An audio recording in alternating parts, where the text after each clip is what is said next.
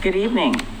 Today is April the 15th, and we all know what day that is, so hopefully everybody got their taxes in and postmarked, because you know they're not postmarking everything all the time. I'd like to call the meeting to order and welcome everybody in tonight. We have a very, very busy meeting tonight, but we have a lot of joy tonight at our first part of our meeting, so I'm glad to see the room is filled with friends and family.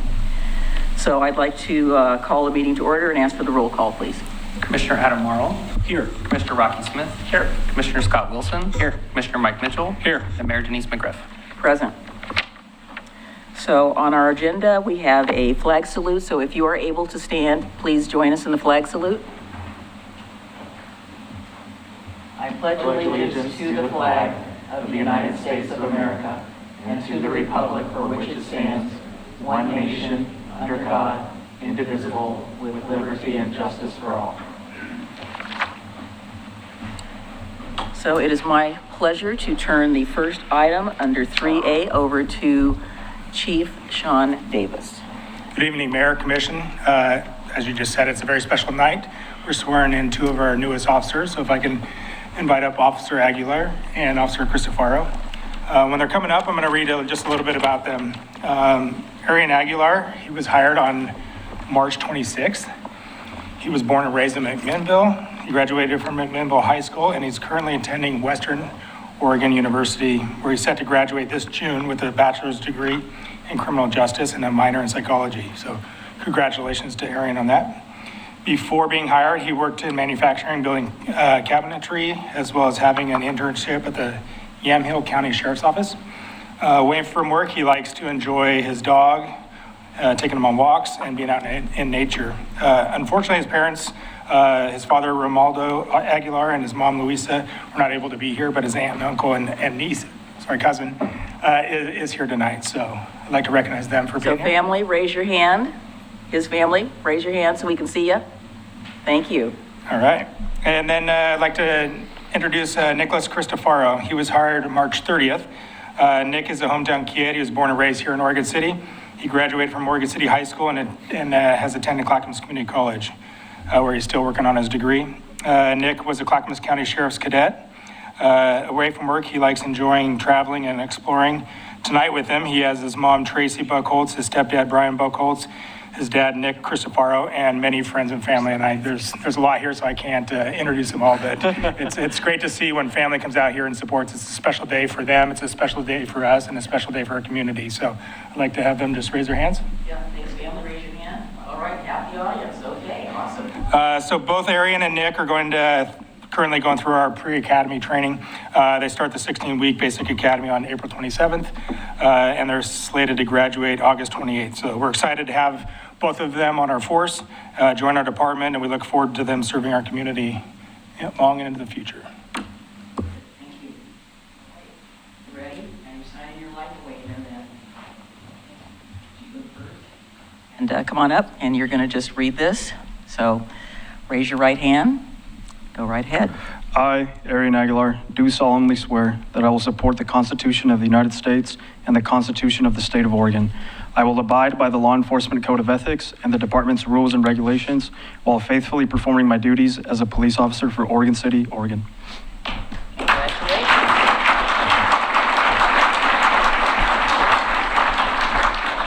So, why don't you sign your name? We'll wait a minute and then we'll continue.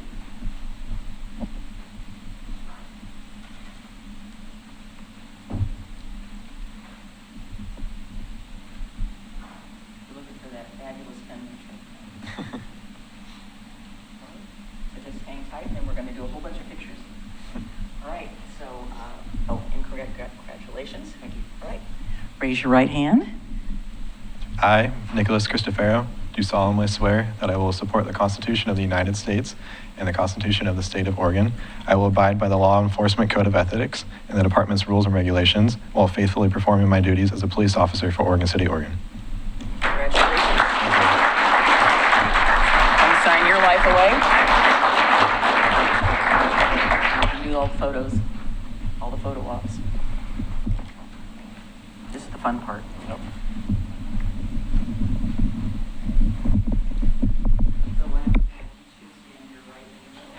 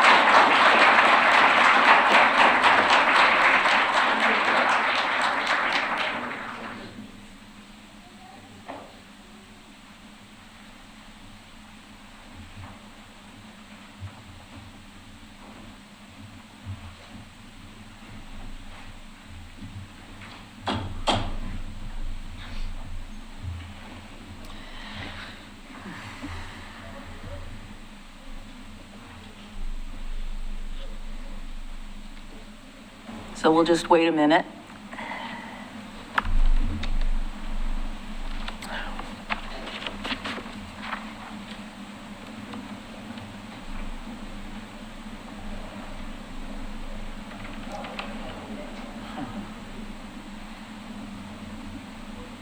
So we have plenty of seats, so people hanging out in the back, come on up and sit in a seat.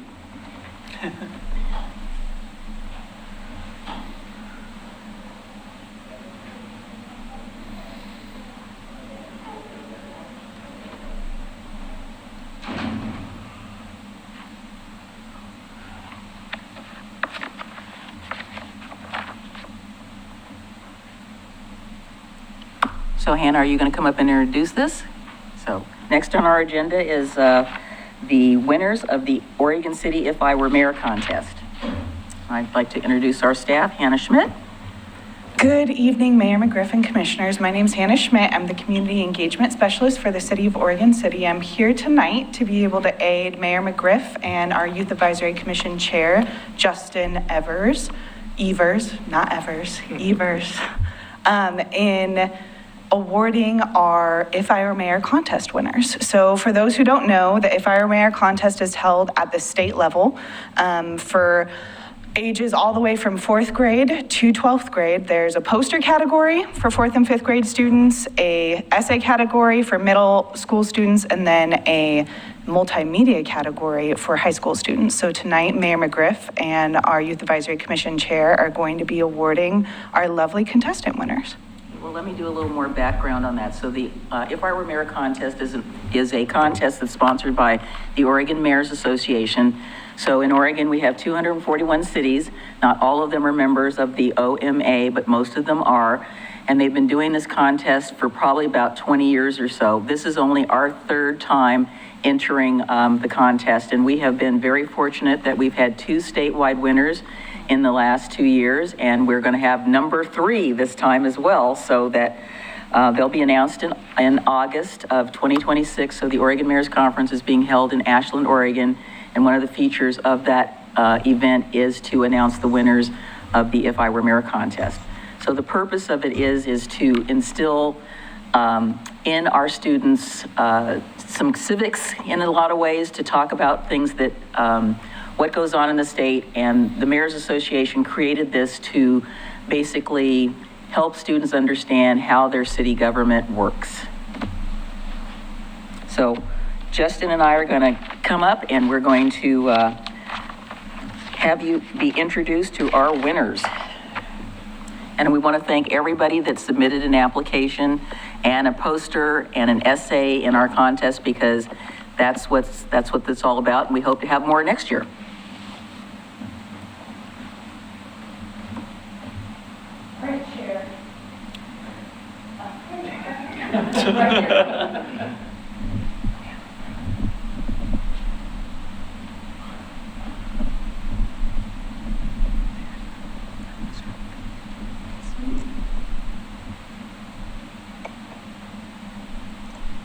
Okay, I'd like to call up Lily Chase. Thank you so much for coming tonight. Who's Lily's family? Right, so come in the middle between the two of us. Justin's going to stand on that side. So Lily was our 3rd place poster winner, and she goes to Holcomb Elementary School, and she's in the 4th grade. And I'd like to present you with their certificate and an award of $25 for your fabulous poster. We want to thank you so much for entering.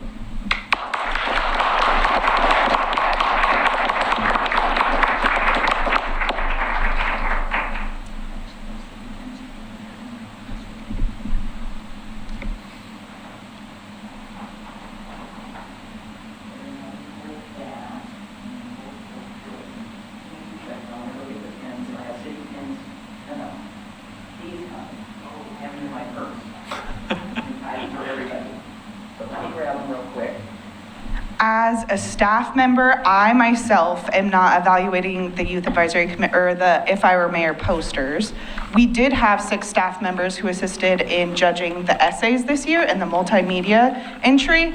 Something that I personally loved about Lily's poster is that she emphasized that if Lily was mayor, that she would emphasize that staff members should have more allocated break time sessions because city employees get burnt out.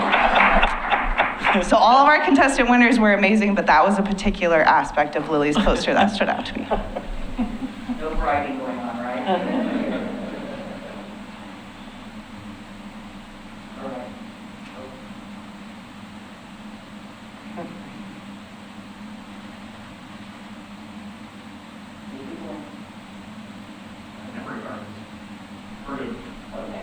Thank you so much.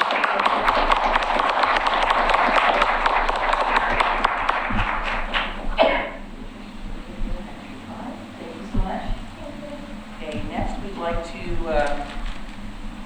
next we'd like to bring up our second prize poster winner. That is Olivia Kane. Come on up, Olivia. And here it is right here. Here, I'll have you hold that, Justin.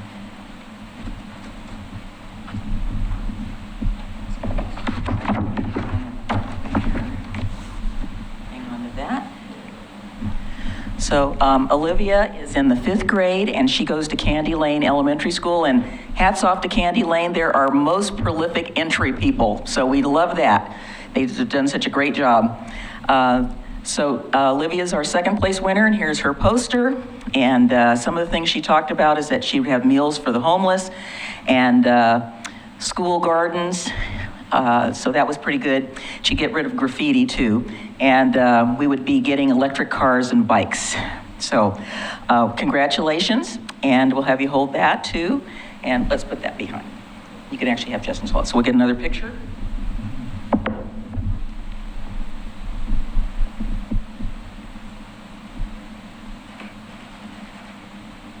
Got it, Mom?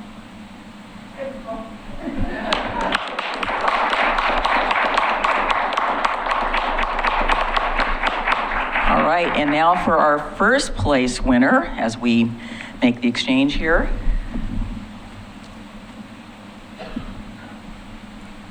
And I'm particularly excited about this one. Now, these were all blind because we didn't see who the people were, but this is Aaliyah Gil Rosales. And that should sound familiar because her older sister entered the contest and was our second place winner statewide.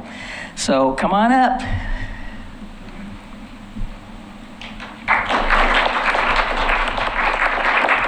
And she is in the 5th grade, and again, from our friends at Candy Lane Elementary School. So Mom's been up here, this is the second time.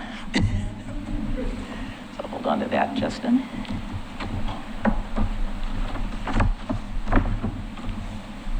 There you go.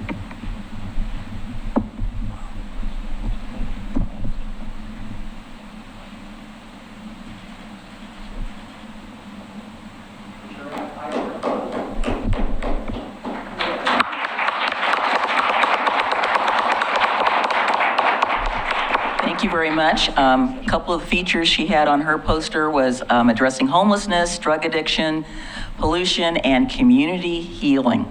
So, big sis, stand up.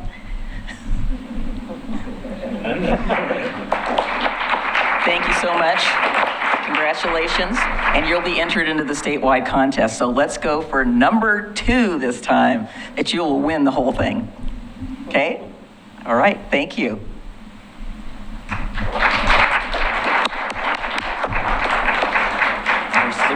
Yep, swap. We're really good at this. Okay, next I'd like to bring up our first place essay winner is Miriam Wolf. She is in the 6th grade at Gardner Middle School, and we want to thank you so much for entering. So here, I'll have you hold that, Justin. We'll get this turned around. I'll have you hold that. And an exciting anecdote about Miriam is that Miriam was actually our 3rd place poster contest winner last year, and now she's our 1st place essay winner this year.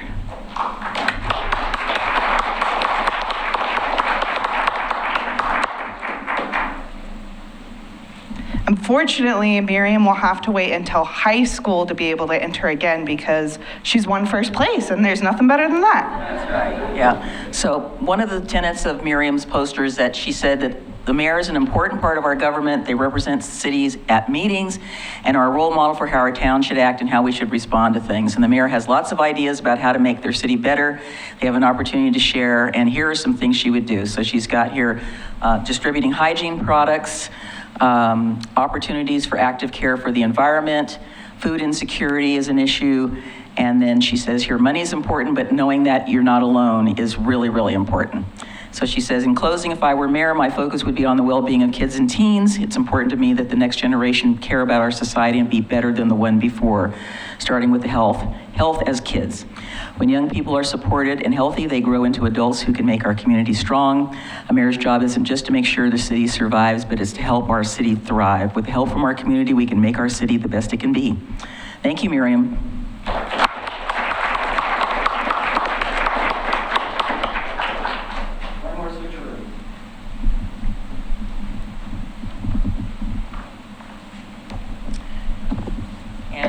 This is exciting because this was our first place essay video contest. Last year's was Justin, who did not participate as an advisory member, so this is our second entry.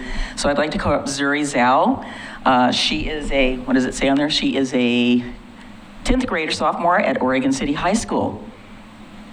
So let's give her a round of applause. And this is really exciting because, again, this one will also be entered into the event for the Oregon Mayor's Conference. Let me give you that.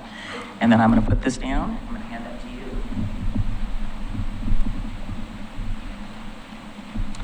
you. And so all of you know, in the back of the room, there is a QR code for everyone not to only be able to see Zuri's entry for the video of the multimedia section, but also all the other entries you can be able to take a better look at. These winners will also be featured at the library for the next month. So starting tomorrow, if you head over to the library over in the Carnegie Hall, there'll be a certain area where you can be able to see the posters, the essay, and the multimedia presentation all on display for the April 16th through mid-May. So thank you to all of our contestant entries and winners. So it'll actually be in the old Carnegie Library section, but Carnegie Hall is in New York. So we won't do that. But while we're here, I'd like the members of our Youth Advisory Commission who are here in the audience tonight to stand and be recognized. So Max, where are you? There we are. So Max, Emma, Hadley, and Justin, who's our chair. Thank you for coming and thank you for participating with us.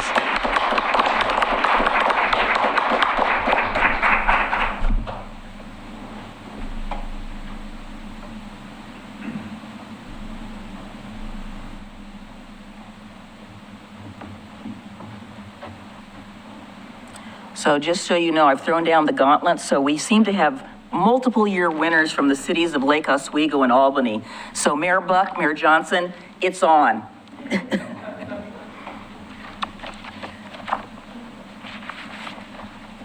All right, next on our agenda, we have two proclamations this evening. The first one is recognizing SAMS Month, which is Sexual Assault Awareness Month, and I'd like to read that. And do we have people from the county here tonight? So you guys can come on up while I'm reading, because I know you're going to have something very wonderful and exciting for us to hear. So you can come on up while I'm reading it. Thank you. So whereas April marks Sexual Assault Awareness Month, SAAM, a time to honor 25 years of progress and recommit to creating safer communities for all, this year's theme, 25 Years Looking Back, Moving Forward, celebrates the resilience of survivors and the communities that have worked for change. And whereas for 25 years, SAAM has supported survivors, raised awareness, inspired action to prevent sexual assault, abuse, and harassment. As we reflect on how far we have come, we also recognize the work that lies ahead. And whereas prevention starts with all of us, it is in how we support one another, practice consent, and create spaces that are rooted in care and respect. When we act with intention, we move closer to the future free from violence And whereas we honor the survivors who have shared their stories and the advocates who have led the way, their courage reminds us that prevention is possible and that each of us has a role to play. And whereas statistics show most women and men across all sexual identities who experience consensual contact sexual violence report that a person who has harmed them in some way they knew, and whereas 1 in 5 women in the United States experience completed or attempted rape during their lifetime, with approximately half, 51.1% of female victims reporting an intimate partner as the perpetrator, and 40.8% reporting an acquaintance. And whereas 1 in 3 female victims and 1 in 4 male victims have completed or attempted rape experience in it for the first time between the ages of 11 and 17. And whereas as we look to the next 25 years, we renew our commitment to building a future free from sexual violence. Together, we continue to strengthen prevention, support healing, and create communities where everyone feels safe and valued. Now, therefore, I, Mayor Denise C. Griff, declare April 2026 as Sexual Assault Awareness Month and encourage all residents to support survivors, learn more about prevention, and work together to build community rooted in respect, dignity, and safety for all. Thank you. Yep, green button. There we go. Okay. Good evening. I'm Erin Ritchie, the Training and Outreach Manager at Clackamas Women's Services. We thank you, Mayor McGriff, and members of the commission for having us and for, again, proclaiming April as Sexual Assault Awareness Month. Every year in April, we bring forward the issue of sexual violence, witness the strength and perseverance of survivors, acknowledge the crucial work of advocates and service providers, and engage our community through our collaborative work group, coordinating local awareness activities and events throughout the month. We know that 1 month alone isn't enough to solve this serious issue. However, the more we bring awareness and educate folks, the more allies we gather to support survivors and prevent sexual violence from happening in the first place. We've been recognizing Sexual Assault Awareness Month for 25 years now, and as we look forward, we will continue to create safer communities together where everyone can live free from sexual violence. Thank you for being a vital part of this movement. Thank you very much. Do you want to announce the event that's happening? Absolutely. I have a couple events, if that's Oh, perfect. okay. Through Sexual Assault Awareness Month, a work group at the A Safe Place Family Justice Center, we planned a full month of awareness activities. First, A Safe Place has partnered with the OC Public Works once again to stream teal lights on the Oregon City Municipal Elevator all month long to bring awareness to the issue of sexual violence. Tomorrow, April 16th at 2 p.m., the District Attorney's Office is hosting a public event at the Circle of Honor Courtyard at the Clackamas County Courthouse to honor victims of crime through strength, support, and hope. Community members can join us to learn more about survivor services and support survivors of crime. We also, on April 20th, in collaboration with Ant Farm Youth Services and Clackamas Women's Services, will be hosting a community conversation about how we can all support survivors in our lives as friends, family members, and neighbors. Anyone is welcome to attend the event at the Ant Farm Youth Hub in Estacada on April 20th at 5:30. And lastly, on April 29th, it's known internationally as Denim Day, where people across the globe wear jeans with a purpose to show support for survivors, educate themselves and others on all the forms of sexual violence. So we have a variety of things. Good, thank you so much. And we have the proclamation for you. Thank you. Thank you. Thank you very much.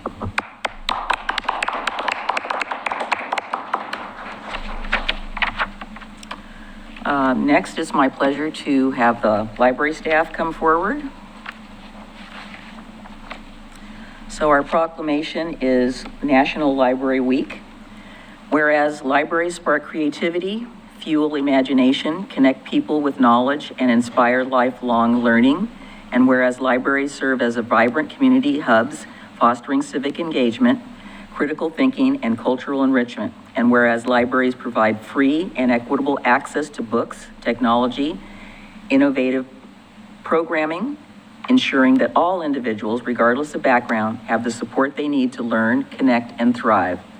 And whereas libraries partner with schools, businesses, and other organizations to maximize resources, increase efficiency, and strengthen the entire community.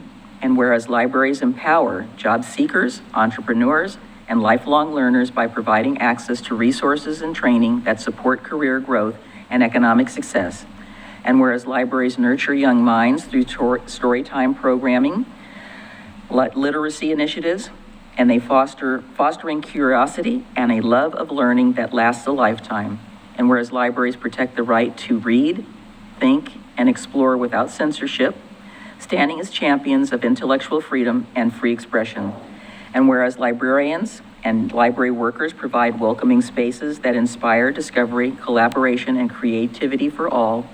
And whereas librarians, and library workers across the country are joining together to celebrate National Library Week under the theme, Find Your Joy. Now therefore, I, Denise C. McGriff, Mayor of the City of Oregon City, do proclaim April 19th through 25th, 2026 as National Library Week in Oregon City. And we, the City Commission, encourage all city residents to visit their library, explore its resources, and celebrate all the ways that libraries help our communities find joy. Thank you very much, Mayor McGriff. Good evening, Commissioners. Yes, it's National Library Week. I know everybody's been waiting all year long for this week to come around. So, as Mayor McGriff read, the theme of this year's National Library Week is Find Your Joy. And next to your microphones, you will each see that you have a little blue Post-it bubble here. We are asking patrons who come into the library during National Library Week to jot down what sparks their joy when they come into the building, into the library, and how they use the library. We'll be posting those in the lobby, so I would encourage you, if you'd like to fill one out, you don't have to do it right now, but if you want to fill one out, you can give it to Can we Jacob. do it right now? You can do it right now if you like, and I'd be happy to pick them up. And since we had so many great posters already, I had to bring a sample of our National Library Week poster here. So thank you very much, and we encourage everybody in the community to come visit the library this week, and every week of the year, of course. Would you like to add anything to that? Would you please talk about One Book, One Coast, please? Oh, I can certainly talk about One Book, One Coast. So we are also in, we are Clackamas County Libraries, in association with multiple library systems all along the West Coast in Washington, Oregon, and California, are participating in a West Coast Community Reads event, and centered around the book They Called Us Enemy by George Takei. It's his memoir of growing up as in internment in camp, and we are having, I believe we still have some left to give out. So yes, you can come to the library to get a free copy of George Takei's graphic novel. For those ebook users out there, we have a limited time where anybody can log into our Libby ebook service and check out a copy of the digital graphic novel with no waiting, which is a rarity with ebooks. And we will have several programs throughout the course of the month, culminating at the end of May, right? At the end of May with an online live presentation by George Takei himself. So we're very excited to be participating in the One Book, One Coast, and we encourage everybody to check out our website for more information and come on by the library to learn more about our programs. Yes, the first session was April the 11th, and that was at 3 on Saturday. So I participated in in that one. There were half a dozen people there, and we had quite a lively conversation. You also might want to talk about the, let me just give you all the feeds here. Sure. So talk about the passport. Oh, the Link Library Passport. So yes, so we have a bunch of fabulously talented library staff members who work at all libraries throughout Clackamas County. And they got together and they decided they wanted to do what they're calling the Link Library Passport. So you can stop by any Link library, 13 locations in Clackamas County, pick up your passport, and okay, let's see if I can get this right. You get a raffle entry for the 1st, 5th, and 13th entries? Okay, I think I got that right. But the idea is you can visit every single Link library, get a stamp at various desks at the library, and once you complete and have visited all your libraries, first of all, your life will be incredibly enriched by having gone to every single Clackamas County library. But you will also be able to enter a raffle and get some special prizes. So we're really excited to be doing that. We have a great library system in Clackamas County. We really hope people take advantage of discovering all the different libraries throughout our area. I've done 5 already. All right, that's great. Setting the pace. Thank you. I put the George Takei thing in my phone and I thought, okay, let me look. I thought it was at the very end of May. I believe you're correct. But yeah, it's a live stream. I think it's going to be at 11 o'clock. So he's going to be in LA, so it'll be Pacific Daylight Time. Yes, So yes. very exciting. Okay.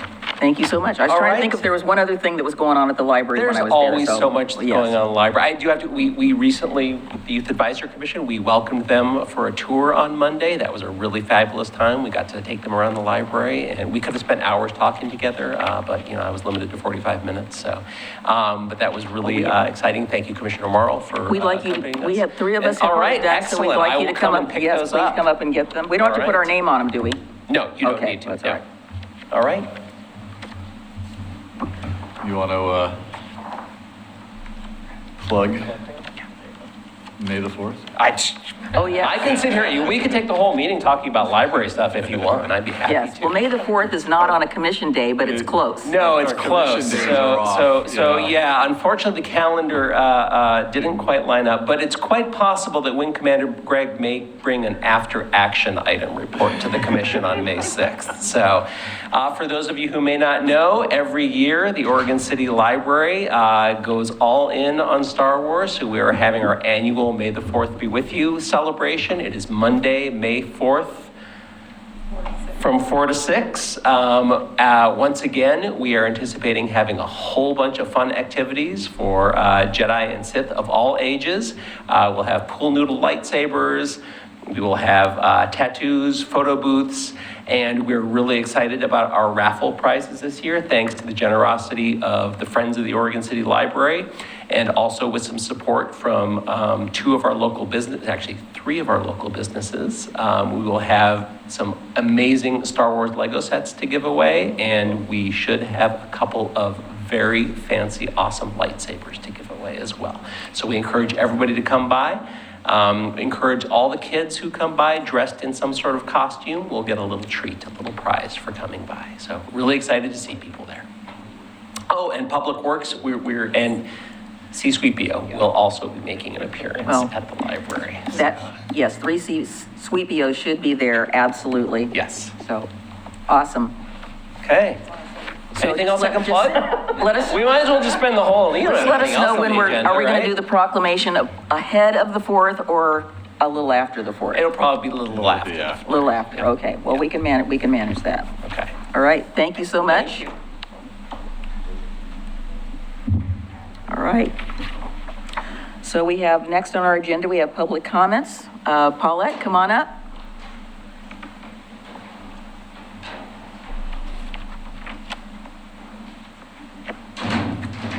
Just make sure the green button's on.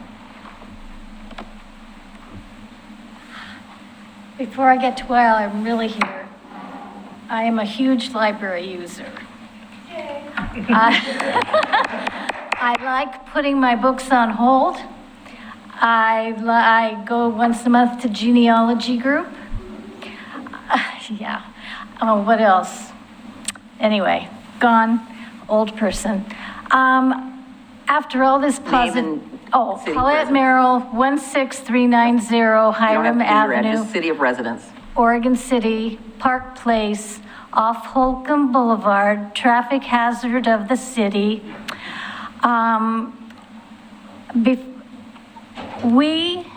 Holcomb has gotten in the recent years sidewalks from Holcomb School down to Front.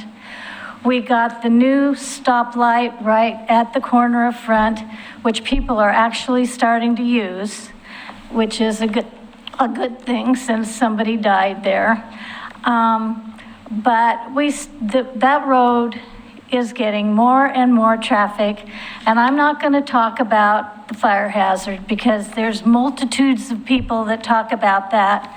But we just got rear-ended at the end of our street for the second time and totaled our car and totaled the other car too, who hit us.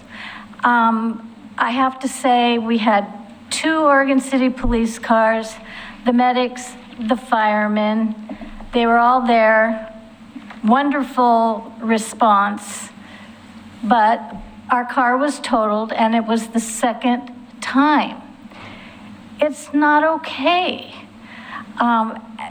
We have that horrible corner coming up Holcomb. As I turned the corner, I could look up the hill. The road isn't wide enough for a turn lane. There's no turn lanes. And with the new county building, you know, where they tore out everything and they're building it all up. Affordable housing, you mean? The affordable housing, all those Holcomb people are going to be coming down there, so it's going to be twice as much as it ever was. So the more traffic is going to be concentrated on Front and Apperson. It's more rear-enders, more people, and we were lucky we didn't really get hurt. So anyway, my next stop is the TAC committee, but you were on the agenda first. So that's Can my you tell me again spiel. where did you were stopped and you were rear-ended where? We were stopped at Hiram, ready to turn left onto our street, and You were on Holcomb turning onto we're Hiram? Okay. on Holcomb, turning onto Hiram. They didn't even slow down. Don't worry about that. They were coming and they were They were stopped going and it up was the boom. hill. Okay. They lived a Like- mile from us. The last time, the people that hit my husband lived about a mile up the road. They're just not paying attention. What can I say?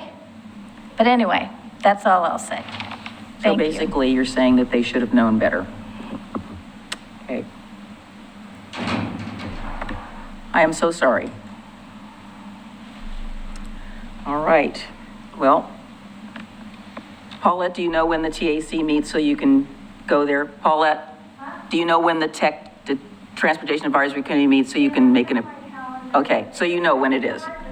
Okay. Okay. Thank you. Wow. Okay, next on our agenda is item number 5A, and I believe I'm going to turn that over to our city recorder. So you've got a public meetings law update because they were very busy, unfortunately, or fortunately. Yeah, that's right. I am going to pass it over to our city attorney to cover it. Thank you, Mayor and Commissioners. Carrie Richter, our City Attorney. We have prepared, Jacob and I prepared a memo covering the few bills that were passed this last legislative session dealing with the Oregon Government Ethics Commission and the obligations of public officials with respect to ethics requirements. Most of my presentation, the wind has been taken out of the sails because it appears that the governor is going to veto House Bill 4177. She announced that on Friday. She has yet to actually veto. She has until this April 17th, but my expectation is that she will. Even though the bill is likely to be vetoed, I want to talk just briefly about it because my expectation is that it's going to come back in another form in the longer 2027 session. And so if I can have just less than 5 minutes, I'd like to preview it for you just so you understand what the issues are. I'm sure you probably have heard some about it. The reason why this bill was necessary was to deal with this question of serial meetings. Serial meetings is when a quorum of public officials has a conversation outside of the public meetings, law requirements, and they don't, it doesn't happen all at one time. So it's Commissioner A speaks to Commissioner B, Commissioner B speaks to Commissioner C, Commissioner C speaks to Commissioner D. Those four commissioners, even though A and D never talk to each other, create a serial meeting, and that's a violation of public meetings law. And so that problem has existed for many, many years.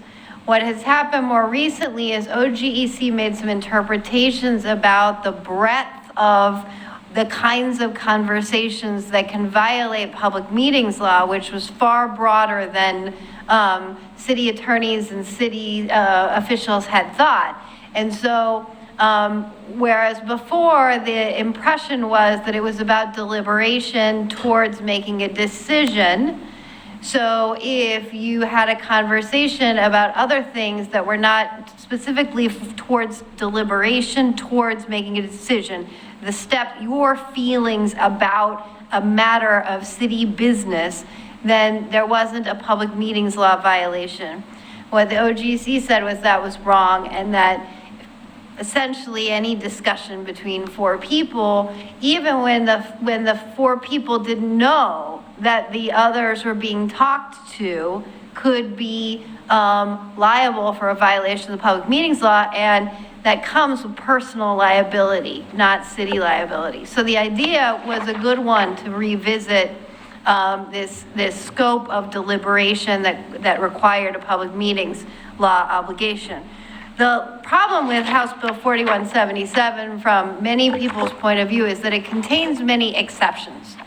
And those exceptions are very broad, and they seem to swallow the general rule, because what they allow is commissioners to have conversations to collect factual and educational information, to speak with the media, just to gather information related to a decision that will be deliberated upon at a later time, which in theory sounds like a clear line between those two. But if you think about it, there's no clear line between that, because if Commissioner A tells Commissioner B to read this article about domestic violence, probably Commissioner A cares about something having to do with domestic violence and wants the city to do something about it, right?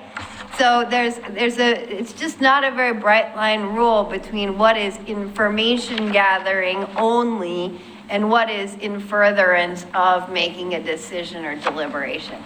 And so that, I think, is and that's what concerns the media, is that this information gathering could happen outside of the public meeting process, and the public would know about it and essentially bake a decision and then come forward in a public meeting and proclaim the decision.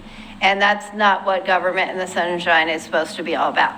And so, although I think there were good intentions, I think the language is, the problem with the language for the objectors is that it's just too broad. What I really like about the language is it does clearly exempt things like activities that are procedural matters, scheduling, who can come to the meeting, here are the materials, do you have the materials, all of the sort of mechanics. Those things ought to be outside of the public meetings law. And although there is a talk about, there is currently in the law an exception for things that are non-substantive in nature, making it perfectly clear that the mechanics of making a meeting happen and all the things are outside of the public meetings law is a really good thing. So that is the controversial part of the House bill. The other parts of this bill that you should just be aware of, the current rule requires public meeting law training for governing bodies that have total expenditures of over $1 million, which I know you have experience with. Under the current law, the public official is required to attend the training during the official's term. The training now must be attended between 3 months and 12 months. And then the third part of this bill that I think is really critical and really important to local governments is the change in how the enforcement happens for a grievance. The grievance period for someone to file a complaint, under current law is 30 days, and it will be 90 days. So that's really good for challengers to have a longer window in which to file a grievance. And then under the current law, you violate it, and then the remedy is a penalty, and that's the end of it.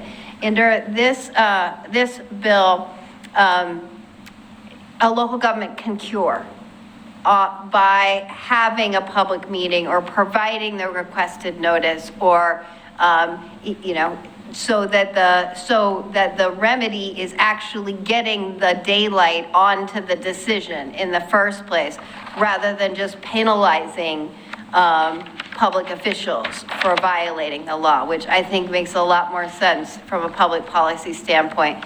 In addition, the city or local government itself can be found to violate the bill, not just the public officials. So if there's a failure in the notice, then the responsibility falls on the local government.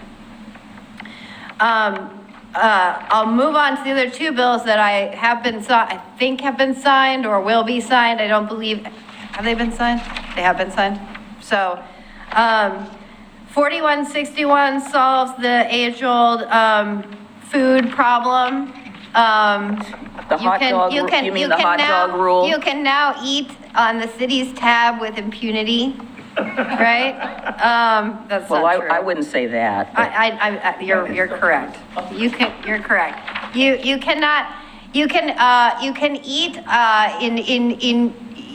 city food and beverage without limitation, so long as it's in furtherance of city business. So long as you're involved in a city assigned task or conducted city business. The bill also exempts merchandise provided by the public body up to $100 per calendar year. This bill will take effect as soon as it's signed. And then finally, House Bill 4159 provides for at least one member of OGEC must have local government experience. It further provides that attorney-client privilege is preserved for communications providing information regarding a complaint alleging a violation, which is really good for the sort of open communication between local governments and OGEC. So I'm happy to take any questions, but that concludes my report. Are there any questions? How many of you have taken the public officials training that we're required to take? Okay, I guess Mike and I are the only one. You've taken it this year? I don't know. We've received a notice from Jacob that we needed to get with it and get it taken care of. So 2 of us have done it. Please get it done. You've got to do it this year. Would be helpful. I'm grateful to see that, if I want to share my recipes with the commission, that I'm not going to be subject to public meeting Or law. exercises. Pardon? Or exercise. Oh, my exercise. Oh, I don't know about my exercises. Well, maybe they might want to know that. Who knows? Yeah, there was a lot of consternation at the Metropolitan Mayor's meeting because, we're all blaming Mayor Beatty from Beaverton about the hot dog rule. I am assuming that the jurisdiction where the councilors were texting each other during a meeting is clearly a violation of open meetings law, and that isn't covered in here because it's already a violation. I'm not going to say what city that was, but it was in the paper. I was completely horrified by that whole incident. Anything else? Okay, let's move on then. Thank you so much. Thank you, Jacob and Carrie, for putting this together. This is important updates. And would you, when you have a moment, sometime in the week, send the folks that need to take the training the little notice again. All right, let's move on to item B. Is that you, Kelly Hart? Okay, so we're going to have a 2026 short session wrap up. Yeah. Good evening, all. So Carrie went into great depth on a number of the really important bills that came through this short session. My presentation tonight is more of kind of what we did as a city in participation in the legislative cycle. And then I do have sort of a readout of the key bills that we were paying attention to that just sort of provides a summary if you have any questions about it. So we did a okay amount of participation in the short session. Again, it was 35 days, including weekends. So it was very quick to go through everything. And we're sort of figuring out how we're moving forward with this process. So this was a good first day of faith effort on our part to be a little bit more active on it. In total, we tracked 55 bills through 12 different policy areas. Of those bills, there was about a 25 of them that actually ended up moving forward, so about a 45% pass rate. And the good news is that most of them are technical fixes or clarifications of items, or adding tools to our toolbox in terms of some of the land use and economic development procedures. There are a couple of them regarding the public meeting laws and some land use laws that were passed that will affect us and require us to do some things a little bit differently. But overall, it was a fairly calm short session when it came to actual city impact. We did do quite a bit of testimony. Again, on the public meeting legislation, we provided letters of support for 3 of the bills. And then after session, we did provide a follow-up letter of support to the governor's office as well to support her passing and signing the bill into law. In terms of housing and land use legislation, we did provide a letter of support to, we provided testimony for HB 4037. This was the housing omnibus bill, which had lots of great things in it, and then also some areas of concern. And we did provide a letter that supported some of those great things, and then provided our statements of concern and some recommendations of how to amend the bill for the city to support it in wholesale. As it stands, not all of our requests for removal or modification were successful. For House Bill 4037, there's really 2 sections in it that affect the way that we do business. Section 16 refers to building plan reviews. It basically identifies that for single 1 and 2 family residences, we basically skip the plan review process on the building permitting side if the plans are stamped by a certified engineer. And so they would be submitted to the city staff. We would issue a permit associated with those plans, and then we would still have the responsibility to do the inspections of those plans to make sure that they're being built per the stamped certified engineer, not our plan reviewers saying that the plans meet code. Is this in some way saying that this is a full employment act for certified engineers who, heaven forbid, don't ever make mistakes, right? It's going to be some interesting consideration of whether or not this is actually utilized on a grand scale. The certified engineers at that point are taking on the liability associated with the plans that are then not going to be reviewed. So it'll be interesting to see how often this section of the bill is actually implemented. The next section, section 17, this is where it really changes further the process of permitting housing in the city. It changed the language to basically say that we can require no public hearings for housing development, which we mostly do to begin with, process housing as a type 2, but this one's explicitly saying it because not all cities were doing that. And it changes the public notification process as well. It changes the language from you shall provide notice to cities may provide notice, and it strictly limits the areas in which you can notice. For housing developments that are less than 20 units, you can only notice the immediate area of 100 feet. They expand that out to 500 feet if it's 20 or more units. It also greatly changes the appeal process, and it identifies that the only entity that can appeal a decision is the applicant themselves. So that is a very broad overview of that bill. We have Missy from Carrie's office that's putting together a presentation for the Planning Commission regarding this bill and how it further impacts it. And we can provide you all a further conversation about that at a future date as well. I would argue that out of all the bills, this will be the one that results in the most change in how we do things that was provided in the legislative session. Next up, we also had some testimony that we provided in terms of recreational liability. We provided testimony on Senate Bill 1517, which was sponsored by Senator Meek. It ultimately did not move forward, but an alternative iteration of the same type of bill with different standards was ultimately successful in moving forward to sort of further solidify the recreational liability waivers for the state. We also provided testimony for the transient lodging tax legislation, which changed the allocation method for how cities can utilize the funding. Previously, it was 70% of the TLT funds had to go strictly to tourism-related activities, and 30% of it could go towards the city's general fund or other expenses as a city deemed appropriate. This bill sort of moved the allocation to a 50-50 separation.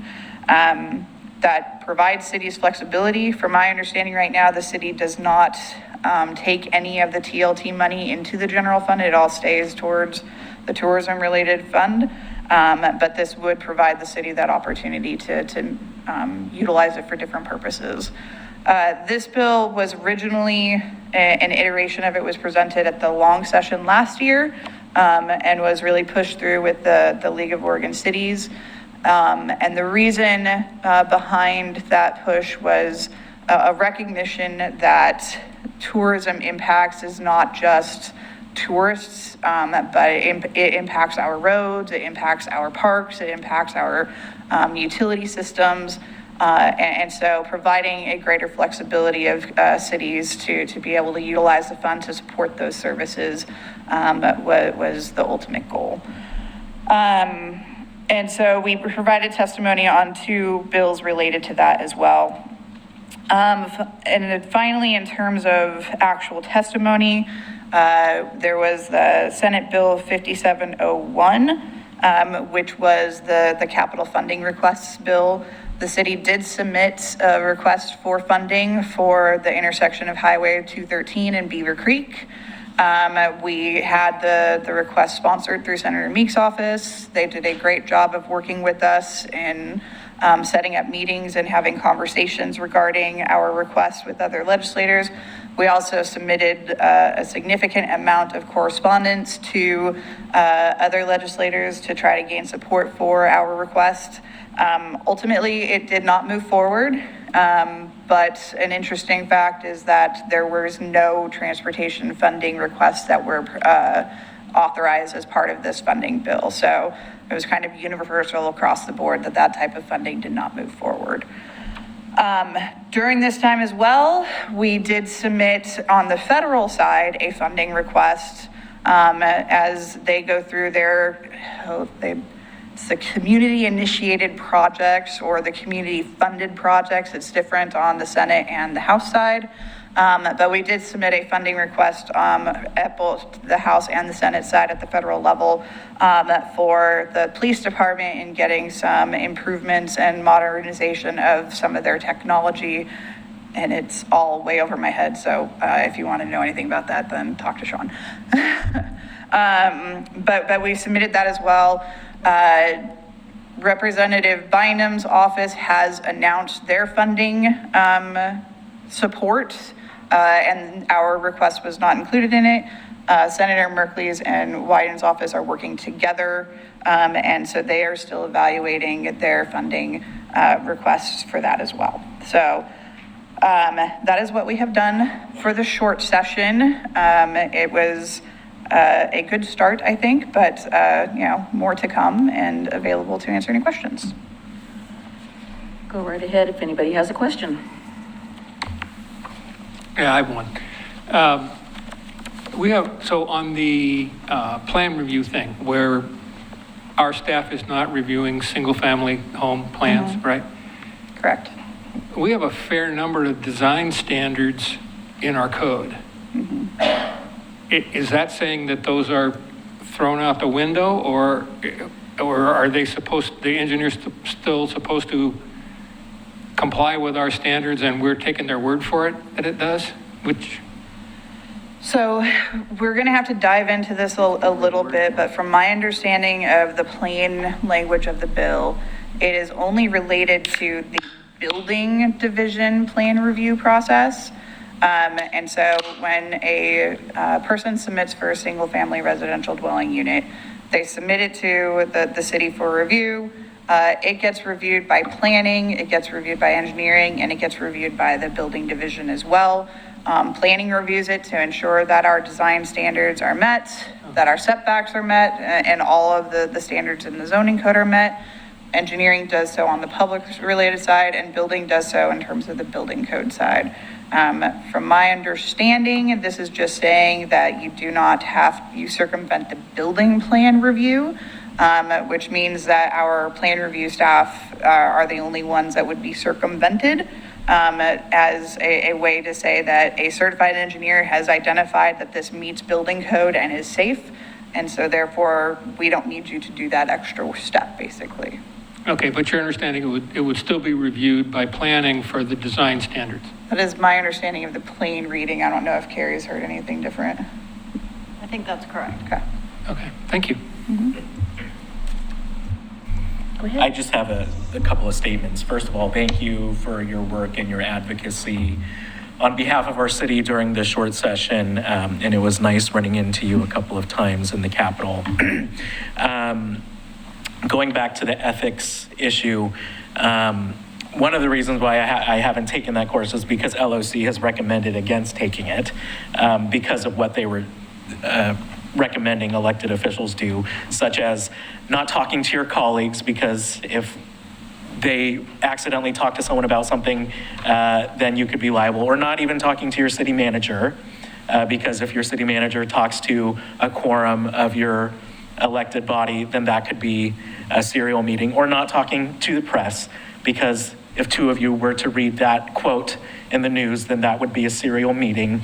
Or to not talk to our constituents, because if that constituent talked to two of you in addition to me, that would be a serial meeting. So I was not enthused to take that training because the LOC recommended against it. So as soon as it gets changed to something that's workable, then obviously I will be happy to do that. And I just think it's really unfortunate that the governor is going to veto 4177. I just checked, and out of the 90 legislators, 30 in the Senate, 60 in the House, there were only 7 no votes across both chambers. So this was a bipartisan vote in support of making sure that we, as local elected officials who are far and away a majority all volunteers, as we are not penalized for trying to serve our community.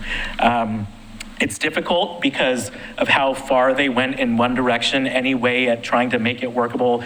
Makes it look like you're trying to chip away at ethics laws, even though the intent of it is to make it so that it's something that we can actually abide by. So, I'm grateful that the vast majority of legislators were able to see this issue and act on it, and hopeful for next session that something better will come out of it.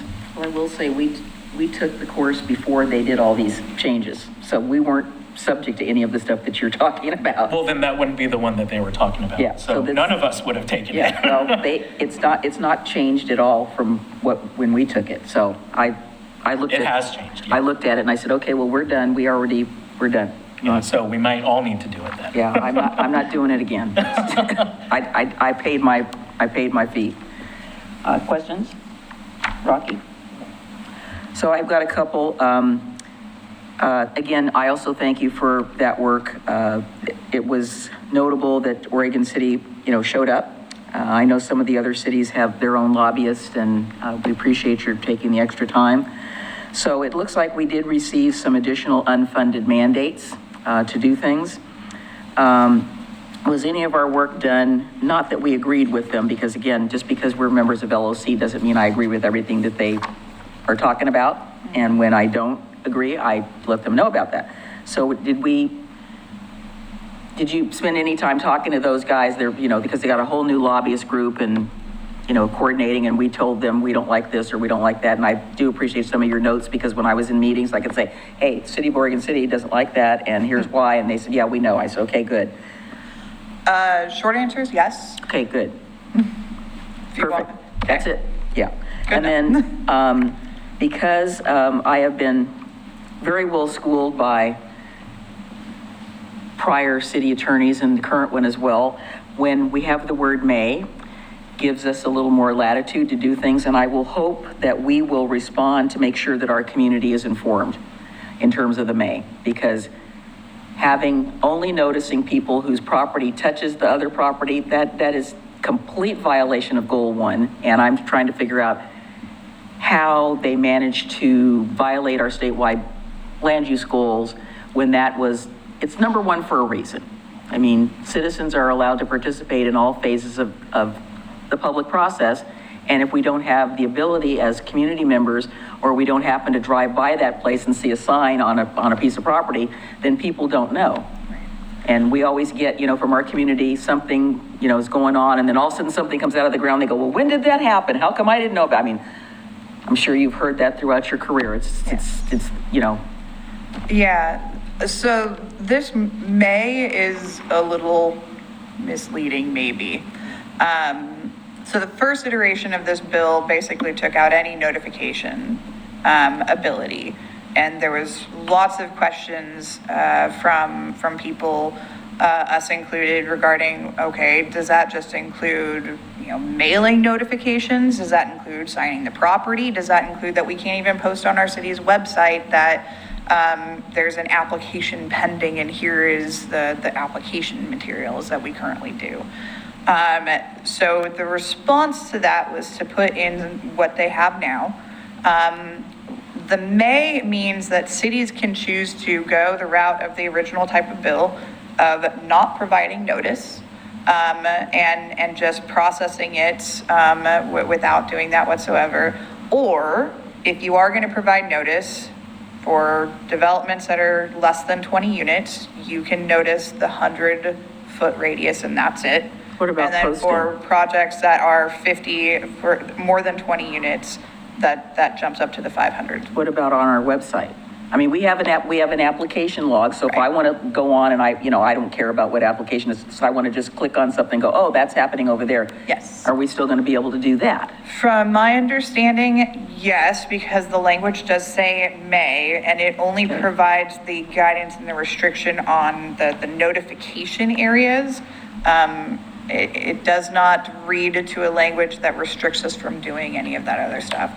The original iteration, when it just said you can't provide notice, that's where the questions came up of what is our path and restrictions. So my esoteric question, which is not for you to answer, just for the universe, is that what are they afraid of? If your application's great, why don't these people who put this bill forward want people to know about what's going on in their community? I mean, to me, that is the antithesis of everything that we are trying to do to be informed. Sure. And it's not just about lack of notice, it's about providing information to our community who have a right to know. I mean, I'm just, flabbergasted that these things keep passing. Anyway, thank you for that, and I'm glad about the TLT. So I hope that we will continue to provide notice to our public in a manner by which people can actually access it, so that we are not looking like we're in collusion and hiding something, because that's the second thing we'll get. I don't know how our neighborhood associations are going to feel about this, but I'm sure that they're not going to be happy. Sure. So again, thank you for the work. We appreciate it. We just have to keep fighting the good fight. Absolutely. Thank you. All right, let's take a look at the consent agenda. And I did notice, Chief, just for your information on item A, I noticed that the application has changed a little bit from the OLCC, which makes it a little clearer about what the heck is going on. Because my first comment to myself was I looked at that and I said, okay, well, that guy just bought that place. And then it said change of ownership. So that answered that $64,000 question. So we have are there any questions or comments or corrections on the minutes of this 11th, 2nd, and 16th, which is also part of the consent agenda? Did I miss one? Yes, on the 6th, sorry. Okay, hearing none, let's have a motion. I'll move to approve the consent agenda. Second. Okay, it's been moved and seconded that we adopt the consent agenda. Commissioner Adam Marl. Aye. Commissioner Rocky Smith. Aye. Commissioner Scott Wilson. Aye. Commissioner Mike Mitchell. Aye. And Mayor Denise McGriff. Aye. Motion passes. And do we have somewhere on a presentation to get Clackamas County Recycling in to give us an update about where we are on all things recycling, food waste, et cetera, somewhere in the next couple of months? Could we get one?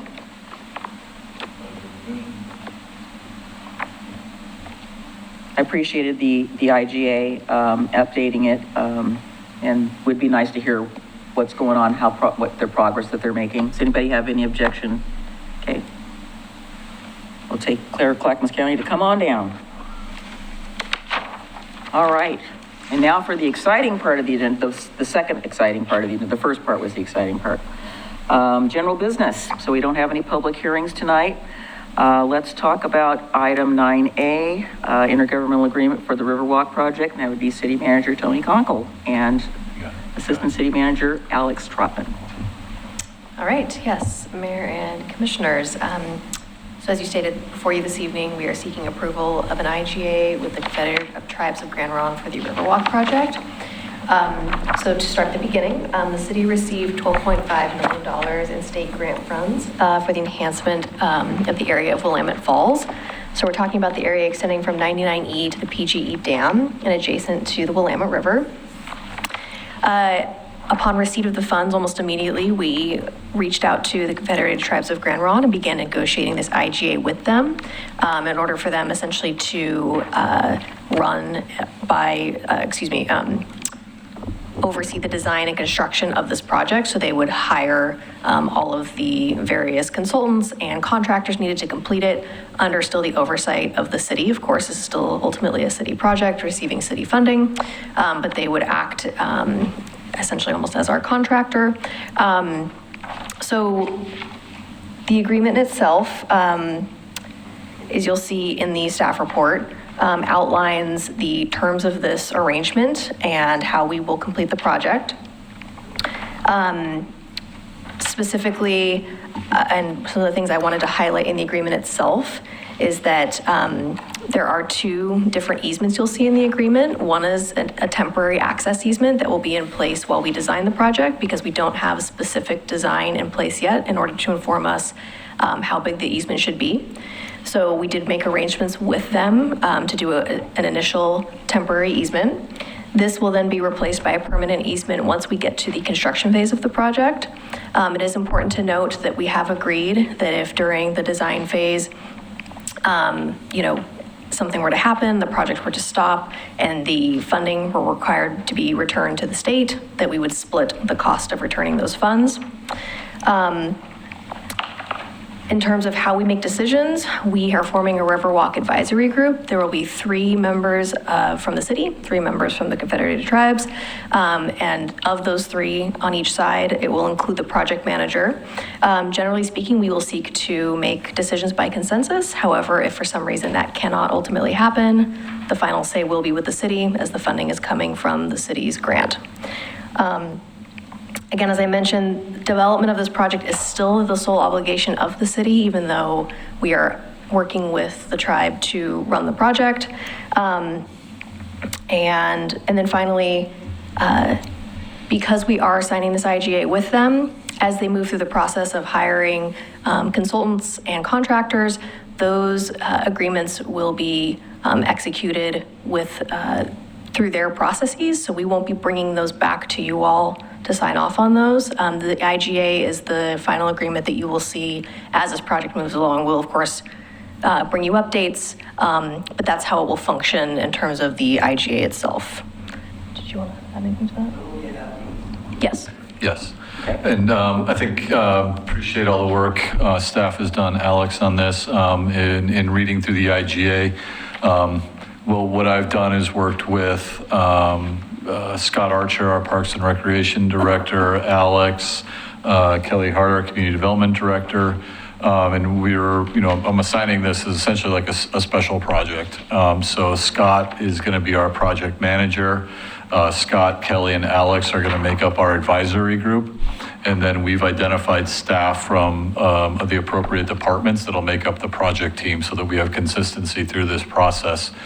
As you're well aware, we have until early September of 2028 to encumber the funds, spend the funds. I think being able to have a good working relationship that's consistent internally as well as with the Confederated Tribes of Grand Ronde is important in order to get through design, engineering, permitting, construction of this project in 2.5 years. No, it sounds like a lot of time, but we have, it's a big project. Very excited, actually, to get to this point. I think it's a huge milestone for the city, as well as I really want to thank the Confederated Tribes of Grand Ronde and their staff. They've been wonderful to work with, and really worked with us collaboratively to come into an IGA that is acceptable. Confederated Tribes of Grand Ronde is taking it to their tribal council at the end of this month, so we're a little bit ahead of them. If there are any edits, we'll obviously bring those back, but we are looking forward to getting this project rolling and making some improvements out there. I think the other part of this is, we as the city with our partners at Metro, the state, and Clackamas County spent a significant amount of time on this property after it went bankrupt. The Willamette Falls Legacy Project, I think, was one of the best public engagement processes I've ever been involved with. The amount of support that we created was significant. And so as we're moving, I consider the work that we did with the Willamette Falls Legacy Project, as well as the Confederated Tribes of Grand Ronde did come in and have a master plan on their property that was approved by the Planning Commission. And so really we're out of the conceptual design, we're to actual construction. And I think acknowledging the 4 principles that Grand Ronde have identified for how they want to develop their property, as well as the goals that we had through the Willamette Falls Legacy Project, and here we're really focusing how to get from point A to point B and really create a design and a capital improvement project that we can really be proud of. I think it's just trying to get to, we're not going to have 10 months of open houses and whatnot. We're to design and engineering and making sure we have check-ins with Confederate Tribes Council as well as the City Commission as we move along. But really this is about a capital improvement project, design and delivery. Well, I just want to say I want to thank the staff because, and I also want to thank the commission that I served with in 2021, 2022, because the commission, Brian Moore was the project manager for Metro, and we all said, why don't you just give us the easement so we can move forward, because there was not any agreement between the Grand Ronde and Metro, and they had a falling out, and this is the culmination in those discussions that got started with this body. And this has been a very long time in coming, and I'm hoping that we can get this, we will get it, I'm not going to say I'm hoping, we will get this done by the deadline. Any questions, comments, or a motion? I've just got a quick question. I'll make sure I understand. First off, thank you for all the work. This is, I'm sure it's amazingly complicated, but in terms of the 12.5 million, so if you think about the blocks starting at 99E, 1, 2, 3, 4, headed closer to the falls, block 1 is the 14-foot shared path. Correct. And Confederated Tribes of Grand Ronde is building that, right? it is part of their approval for their first phase of development, their infrastructure improvements that they have approved for that first block, correct? Okay, so the 12.5 million, we're going to start at block 2. We're jumping off from where they end. Yep. And going as far as we can. As far as 12.5 mil, yes. Hopefully block 3. Which seems like it would go a long ways, but we all know better than that. So, okay, Price thank you. escalation. That was my only question. Yeah, so I was just going to say, to add to that, so the agreements that we did with them regarding, and ODOT regarding the area by McLaughlin Boulevard at the end, that all ties into this as well. So, does anybody like to make the motion? Oh, you have a question? This is the first time I've seen the street name changes. What was the process for that? Not officially yet. Are they going to be signed that way, or is that, what is our normal process for changing street names, and what was the process here? I need to get back to you. I mean, I know that they spent quite a bit of time with their group in trying to identify naming nomenclature on their property that is representative of their history or their culture. Typically, I think that having all this, these aren't legal deeded streets anymore. I believe they all got. they're private streets with public access easements over the top of them. Okay, so got it. They've been Main Street, Water Street, 4th, 3rd, had just been vacated over time as Blue Heron continued to grow. But they're still technically not going to be public streets, so they're private. I mean, They're private streets with 24/7 public access for that's vehicular fine. and pedestrian. I asked the same question because I knew all that had been vacated. Right. Somewhere between Jefferson Smurfette and Blue Heron, Well, the rest of it happened. I like the idea that the stories or that the name changes change in that district essentially, because that's the history of the place. I'm not opposed to that. I just didn't know about it. It's cool.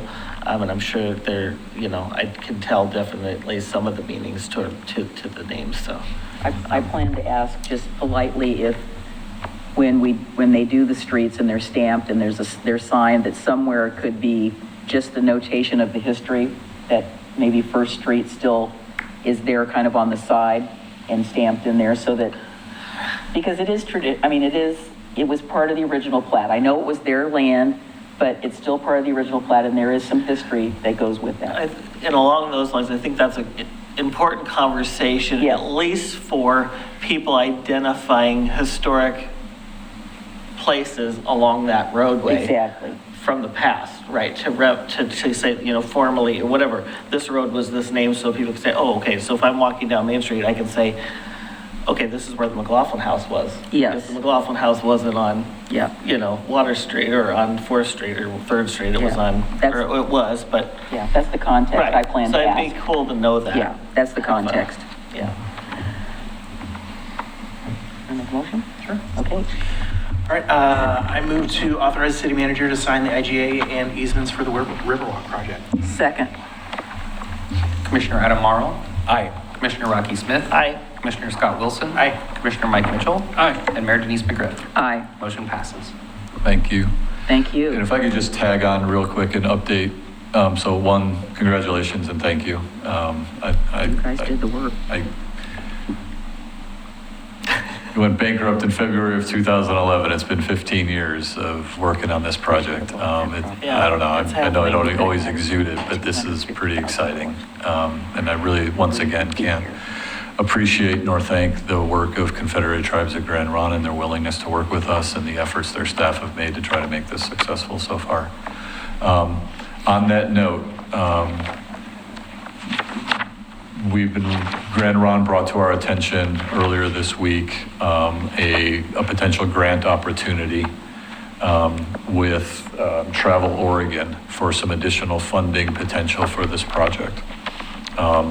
A letter of interest is due April 27th, so obviously we don't have another meeting between today and May 6th by the time we have to submit the letter of interest.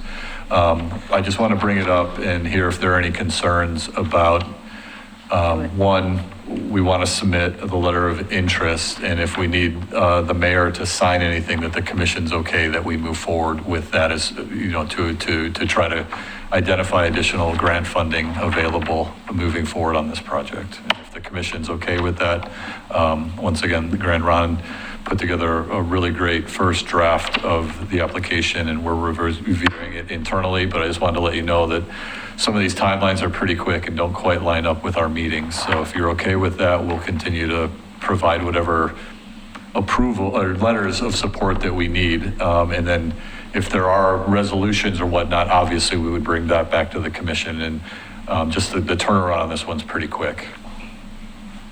Okay, I'll sign my life away on behalf of the city. Great, appreciate it. Thank you. Thank you. All right, and now for the third most exciting thing.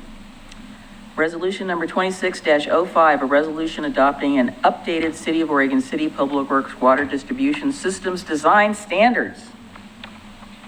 That's a mouthful. You're gonna just be by yourself? She's not coming? No, she's supporting me from back there. Okay, all right.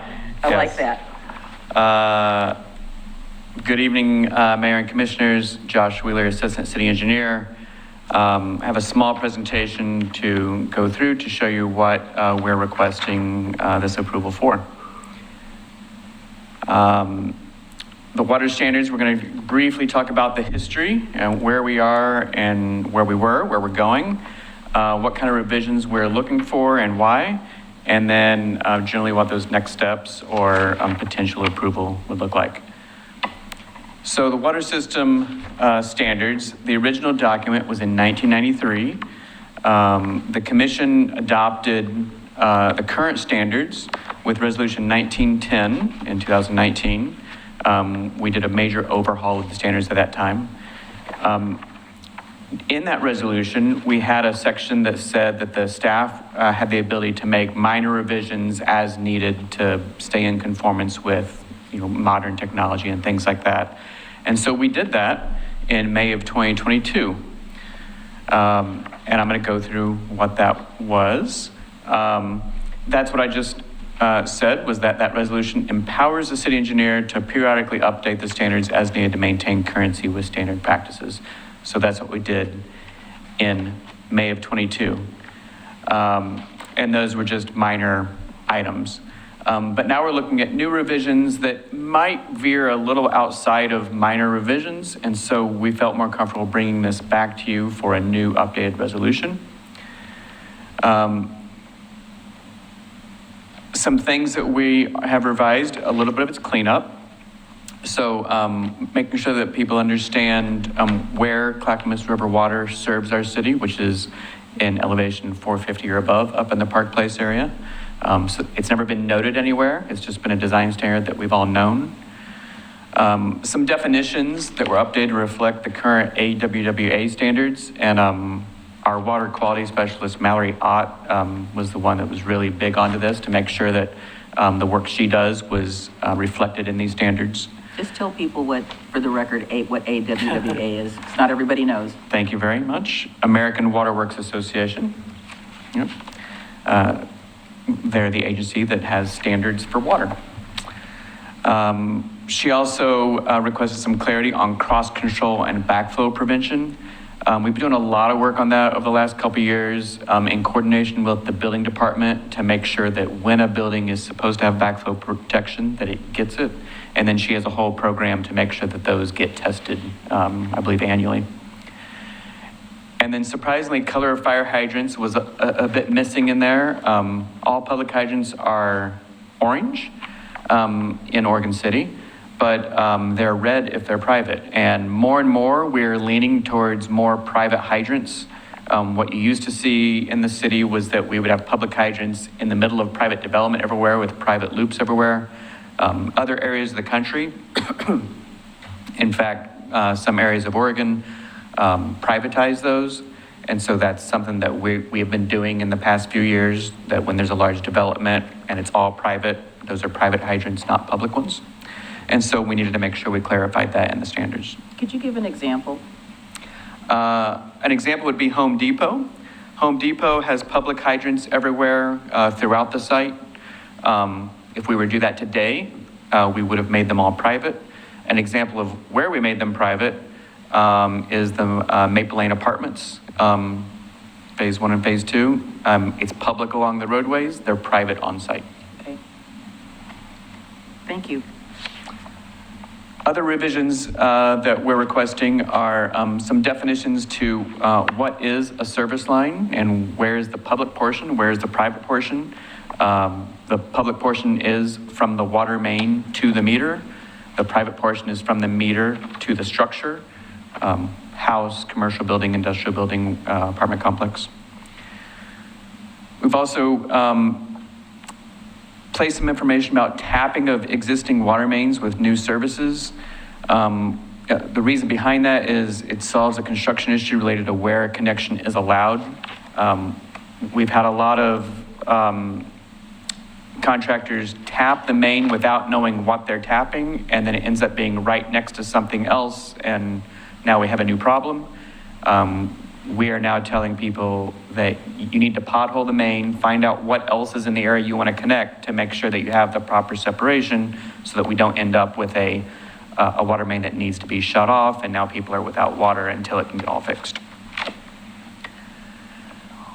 One of the big ones, which we had some challenges with some various subdivisions over the last few years, is providing specifics on locations of meters and service lines. So the way the code used to read, or the standards used to read, was that you may do this or may do that, or back to that word you were talking about earlier, may or shall. We turned it into a shall because where meters are being placed, they're in areas that are more likely to fail. They could be hidden by vehicles in driveways. They could be beat up by vehicles in driveways. There's a lot of reasons why we have the standards that we have, and we've worked with contractors over the years to get our standards in place, but we can't necessarily require that for those that feel that that's too much effort or too much cost. And so we have requested to change the standards to make that much more definitive. And that's generally what I say in some of those clarifying notes there. Another thing that does is really ensure that those utility lines are not going to be in conflict with hydrants, trees, other utilities. I've met with many residents over the years when dealing with the sidewalk program that they have a secondary issue that says, well, yes, there's this tree and sidewalk issue, but what about that line you put in and right next to that tree or that line that went right in a place that doesn't make a lot of sense? So now my plan review staff are now reviewing plans that make sure that the line on the piece of paper is where it should be. And then my inspection staff is now saying, did you put it in the right place, and did the tree not get placed right on top of it, and things like that. This gives us the specificity to be able to enforce it. There's also a revision about testing, clarifying the timeline on testing. So what happens with water mains is that you construct it, and then you put water in it, you chlorinate it, and then you make sure that it's worthy of drinking.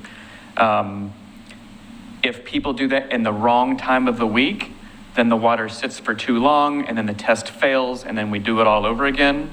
And we've told people that in practice. We've never documented it in practice. And so this is a way to document that to make sure that people can know on their own before we tell them. And then we have had a handful of contractors who have been providing some subpar work, and that's been a real struggle for our water operations department. And we were trying to find a way to enforce the work to be done in a way that meets our standards and also gets the work done in a way that it will last for the amount of years it should last. What ends up happening in these subpar work situations is it requires our staff to spend numerous hours kind of directing the contractor how to do something that in theory they should know how to do if they're a licensed contractor.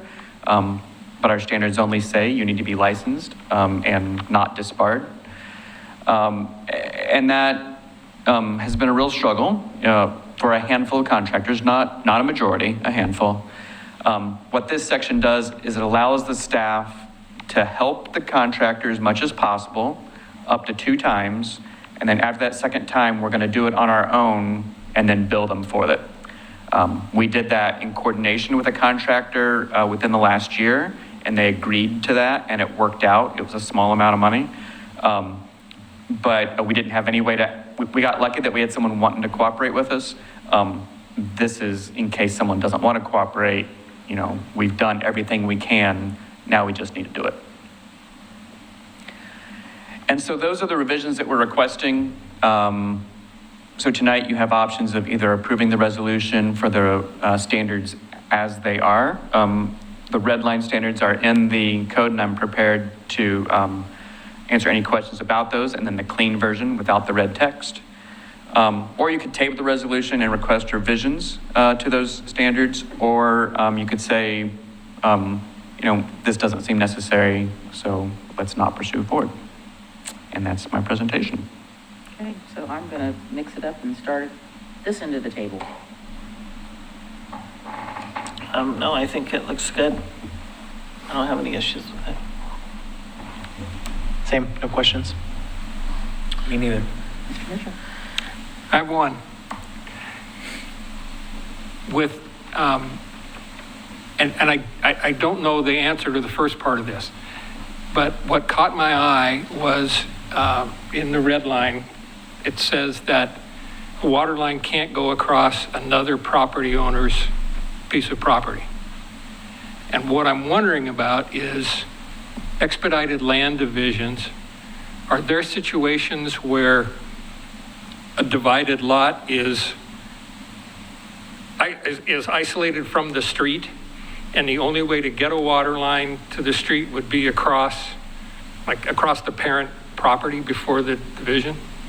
Yeah, so, and if you know the exact page that's on, I can look that up, but I can tell you that with middle housing, state law requires us to allow easements to let sanitary and water services cross property lines.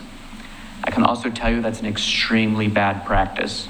Sure. Because most people don't fully understand easements in my experience, and they end up saying the city allowed this, you guys are at fault, not the fact that a legal easement exists. And so to kind of make everyone play nice and have neighborly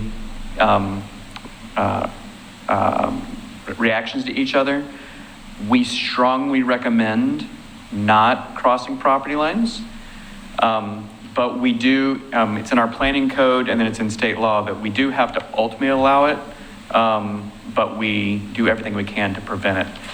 Now there's another part of that that has occurred that would be what really we're trying to go after is there's some situations in the city where you've got 2 parcels, and for some reason the water meter is over here and it's going over parcel A over here to get there just because that was the most direct route to get there. That's where the water meter was, 50 years ago. We've been in those situations of kind of a retrofit or a rebuild situation.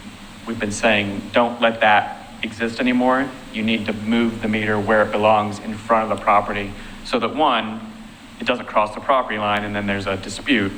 2, so that when you actually go out there, the repair person actually knows, oh, that's very likely your meter, because what happens in those situations is you don't know whose meter is whose.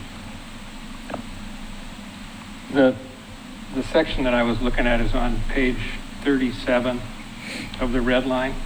Yep, exactly right there. And it says a service line may never cross an adjacent property owner's property line. The line shall only cross the property line of the property who is using it.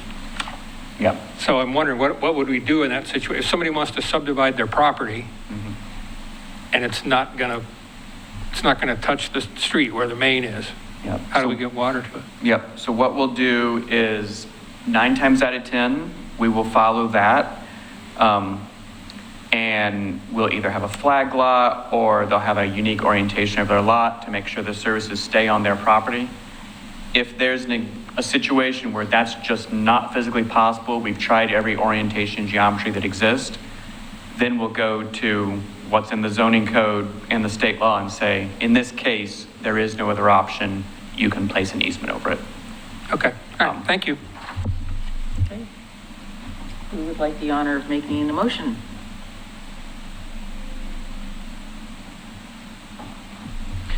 Move to approve resolution 26-05. Second. Been moved and seconded. Commissioner Smith seconded. Yeah. Let's have the roll call. Commissioner Adam Marl. Aye. Commissioner Rocky Smith. Aye. Commissioner Scott Wilson. Whatever. Commissioner Mike Mitchell. Aye. And Mayor Denise McGriff. Aye. Motion passes. Thank you very much for everybody's work. Did you guys, I know we don't have the development review group anymore, but did you get any feedback from any of our friends? All right, let's move forward. Thank you so much for the work. And as he comes up, go on to our next item, which is item 9C, city seal approval. Good evening, Mayor and Commissioners. So you have the files before you. We took the comments from the last work session, provided them to the designer. They made those tweaks. I should note they're going to see some differences between the color version and then what will ultimately be for the embossed version. The designer, did the research on what you can and can't do for an embosser to make it work. Incorporated those elements. So there are some differences between the two files that you'll be able to notice, but those are the results there. So Is it anything we would be interested in? not really. It's more along the lines of like font sizes and what lines go where and so forth. And if you look at the second one where it says the black part is raised, what that means is on the embosser, those parts will be what is raised on the stamp versus the lower part.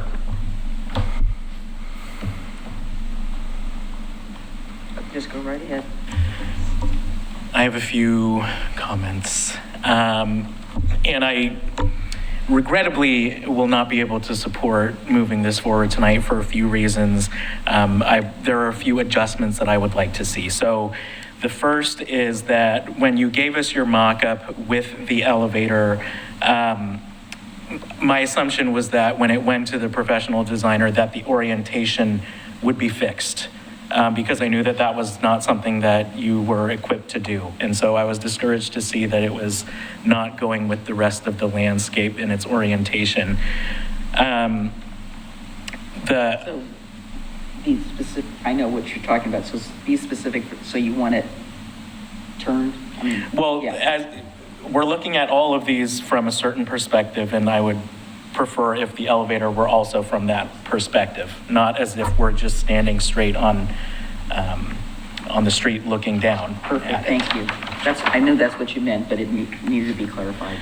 The second thing is, it looks fine when I see it in this format, but when I shrink it down to the size that we're going to normally see it, the text is too small. So I think that the inner circle needs to be smaller to the point that the text where it says City of Oregon City is able to be enlarged. We're not going to see it this size ever. And so in order for it to signify that this is City of Oregon City, I think it needs to be larger. I do have concerns. I'm sorry, but I got to bring up the font. The font that is being used is Aptos, which is the default Microsoft font, and I just don't want us to be, I would prefer that we not use the default Microsoft font on Outlook on our city seal. And then, so those are my three things: elevator, the text, making it bigger and the inner circle smaller, and then the font. So if I remember before, you wanted something that's sans serif. Right. So look at a different sans serif font that's sans serif font that isn't Aptos.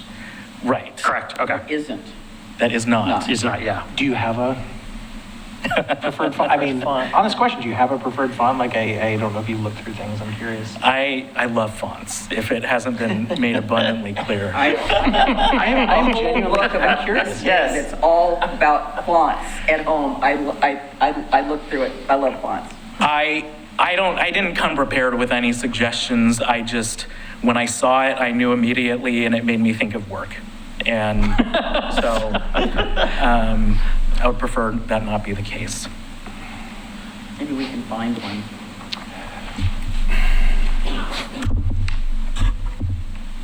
Go right ahead. I hate to do this. Did you shrink it down really small? 'Cause I didn't. No, no. I didn't but- shrink it. Well, you have it on your screen really small. Yeah, I was and Commissioner Morrow's right on that. The more I look at this, the less I like it. The proportions of the base and the observation deck of the elevator are way out of whack, I think. Or maybe it's just too short. But the bigger problem I'm having is that view doesn't exist. And I actually had a comment from a citizen today, and I thought it was a pretty good suggestion, and you got to visualize this with me. And he said, so imagine you're in a drone on the Abernathy Bridge and go up. So you would have the bridge in the foreground, you would have a representation of the city, of the downtown skyline on the left, and the falls behind. Doesn't have Mount Hood in it because Mount Hood's the wrong way. Well, if you're over the bridge, you're not going to have the falls though, because those are further over here. No, they're behind. I'm talking about looking, if you're on the Abernathy Bridge. Oh, the Abernathy Bridge. I'm sorry, I thought you meant the Arch Bridge. No, okay. On the Abernathy Bridge, looking at the falls. The Arch Bridge is in the foreground. The city skyline is on the left. The elevator's on the left. And the falls are behind. And I know that's just throwing all your work out the window. But this is all the pieces, but not in a view that exists. But on the other hand, how many people are ever going to see it? Because it's not like it's not going to be on a flag. Nope. We don't use it every day, so maybe it's not worth the effort. I don't know, but I wanted to bring it up.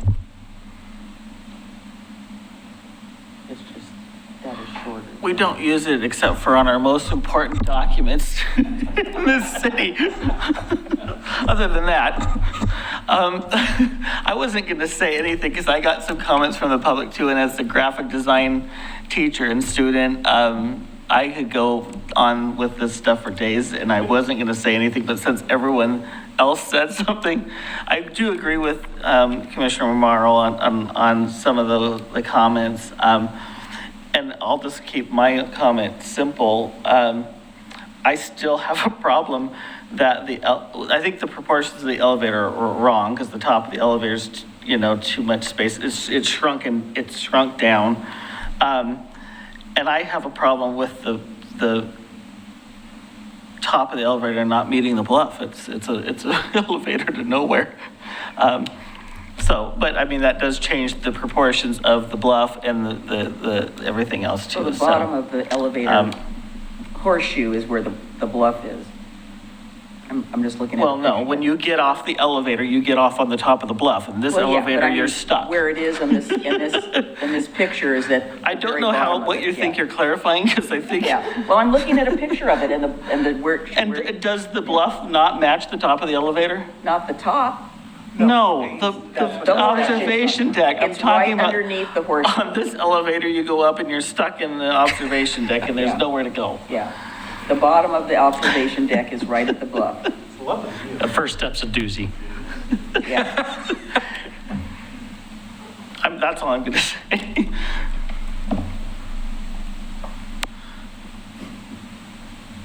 I'm not going to add insult to injury. I'm a font person too. I don't like the font. That's the only thing I didn't like about it. And I thought, again, the incorporated 1844 needed to be a little bigger. and be, that's our claim to fame. One of our many claim to fames. Go ahead, Scott. I was just going to say, I agree with, I think a lot of the points that Commissioner Marl brought up. I was looking at it and I did, my thoughts again were the angle. I will say that I realize that this view is not one that can be recreated. However, that doesn't bother me personally, because this is really a thematic representation of, you know, the iconic parts of Oregon City. I'm personally fine with that, but I do agree with Commissioner Marl's points. So moving forward, do we want to stick with this basic design and tweak it a little bit so the elevators more, that the perspective is right and things are lined up better with the bluff and the different font size, or do we want to try kicking this can down the road and doing a different perspective? Could we create a general mock-up of an I-205 looking south perspective? Yeah. I just wonder. I'm just questioning my abilities is all, but yes. Right, I do wonder, like, because, you know, the question about Mount Hood, it'd be interesting to pull a picture from the I-205 turnoff right over there in West Lynn, because as you go up, like if you're on top of the Holly building, you can see the mountain. I just wondered if you want to see that at a perspective, we could try to mock something up. Yeah. Maybe we could play with this a little bit and come back for you all to look at it, because I understand what Commissioner Mitchell's saying concerning that potential view from looking straight down, south down the river. Yeah, so like, And we can maybe try and declutter it a little bit. Your prerogative. Yeah, so I mean, the elevator needs to be turned towards the bridge.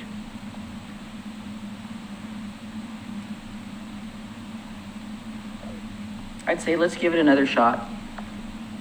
We are going to get there. see, I like the elevator on that side anyway. Am I looking at the new perspective as well, playing with both options, or? Do you want that perspective, gentlemen? Do something like that. That's the will of the commission. What do you, Rocky, you want the perspective? I'm drawing it. Okay, he's drawing it. All right. Okay, I think Adam? that's. I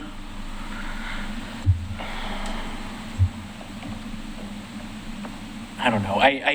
It's, the problem I have is that it's going to cost us more, but since we're delaying it anyway, it's also going to cost us more to get the redesign from the graphic designer. But I'm fine with this view, just with the changes that I had suggested. And then one more thing is, I think that I would prefer without the clouds, because they do look a little cartoonish. Those were our secret Disney messaging clouds. I understand. I just said y'all are lucky I didn't hide Bigfoot in I know. One more thing, I think Mount Hood is too big. It needs to just be a little bit smaller, because we're supposed to be looking at it in the distance. So we've got font, orientation of the elevator, clouds gone. Rocky, hurry up. I kind of want to just do it and see what, I mean, not tonight. But. You need a pencil. I have a pencil. I think, but that's the view. That's the view we're talking about, right? Okay, well, you're gonna. Ish. Yeah, we're gonna have to pass that down because we can't quite see it. Is this, well, this is this the view we're talking about, ish? Elevator, bridge, yeah. That's my understanding. That makes sense? I mean, from that view. Yeah.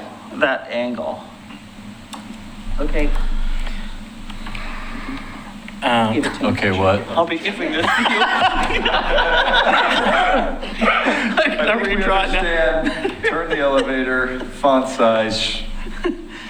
Mount Hood smaller, Mount Hood no smaller. No clouds. Twist, no clouds, twist the elevator, look at the bluff height, The font itself. the font itself, make the circle, the blue rim circle wider, so the. Right, and given that, when I go back and look at a much smaller version of the seal, not only to see the text, but also the graphics, I do think that going the direction that Commissioner Mitchell had suggested would translate better in that smaller format, and maybe, I'm sorry, Jared. I get paid by the hour. But the good news is Commissioner Smith's gonna help out with that a little bit. Blame me.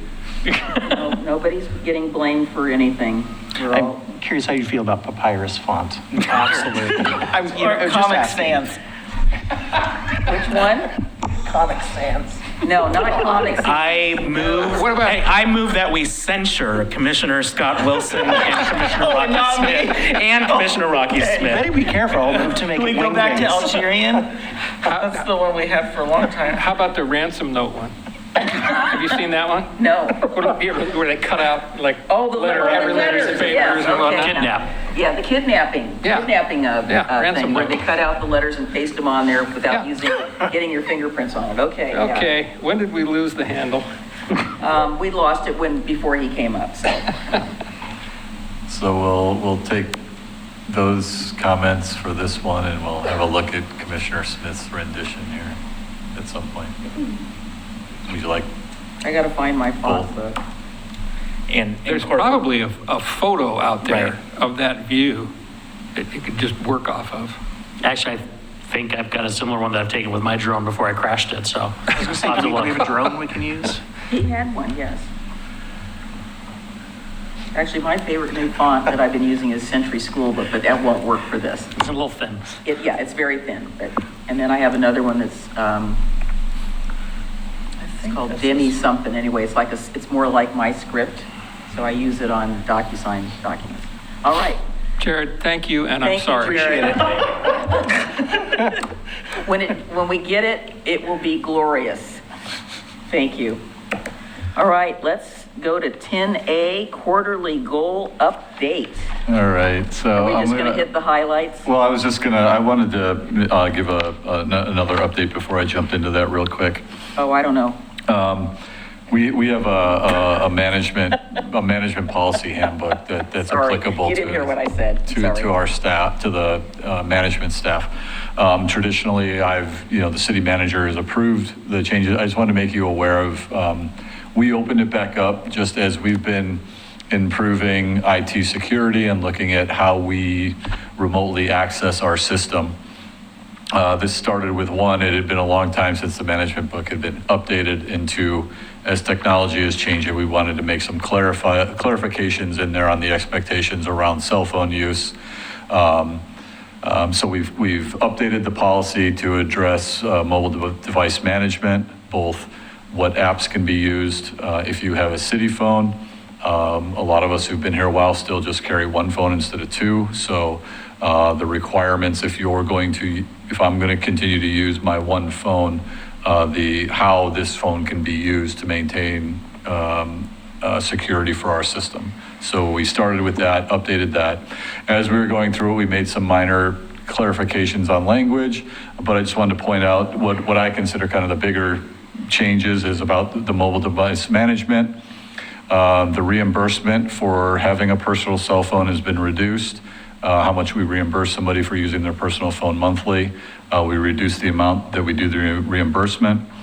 As we were going through there, for some reason, for the management team on the vacation accrual, there was a 10-year jump in between additional vacation accrual. So you went from, you were stuck at the same step of vacation accrual from year 5 to year 15, which is not consistent with what we see in any of the other union contracts. So we added a step in between there. So instead of going from 5 to 15, you now go 5 to 9, 10 to 14, 15 plus. The other thing that we did change is we did add a vacation buyback option for the management team. It limits the amount of vacation. You can do it once a year in December. It was 40 hours that could be cashed out, but after the cash out, you still had to have a minimum balance. Off the top of my head, I think it was 140 hours. So I just wanted to bring it up. One, just so you're aware that we've made some changes. Two, that I've signed it as I've traditionally done. And three, there is no benefit to increase benefit for myself, which is why we were comfortable in talking with Alex and Patrick that, this isn't benefiting me. So I just wanted to get that out there. But just wanted to update you that we made some minor changes to that. And those were really the 4 highlights of changes. From a financial impact, it's minimal to, if anything. We'll have some increased vacation accrual for folks from that new step of 10 to 15. But once again, I mean, it's pretty minimal. It's an additional 2 hours per month on that step in there. And so anyway, if there's any questions, please let me know. And just wanted to give you an update on that. Second update, we have an application in for a general development plan on the old Walmart property on Molalla Avenue across from the Safeway.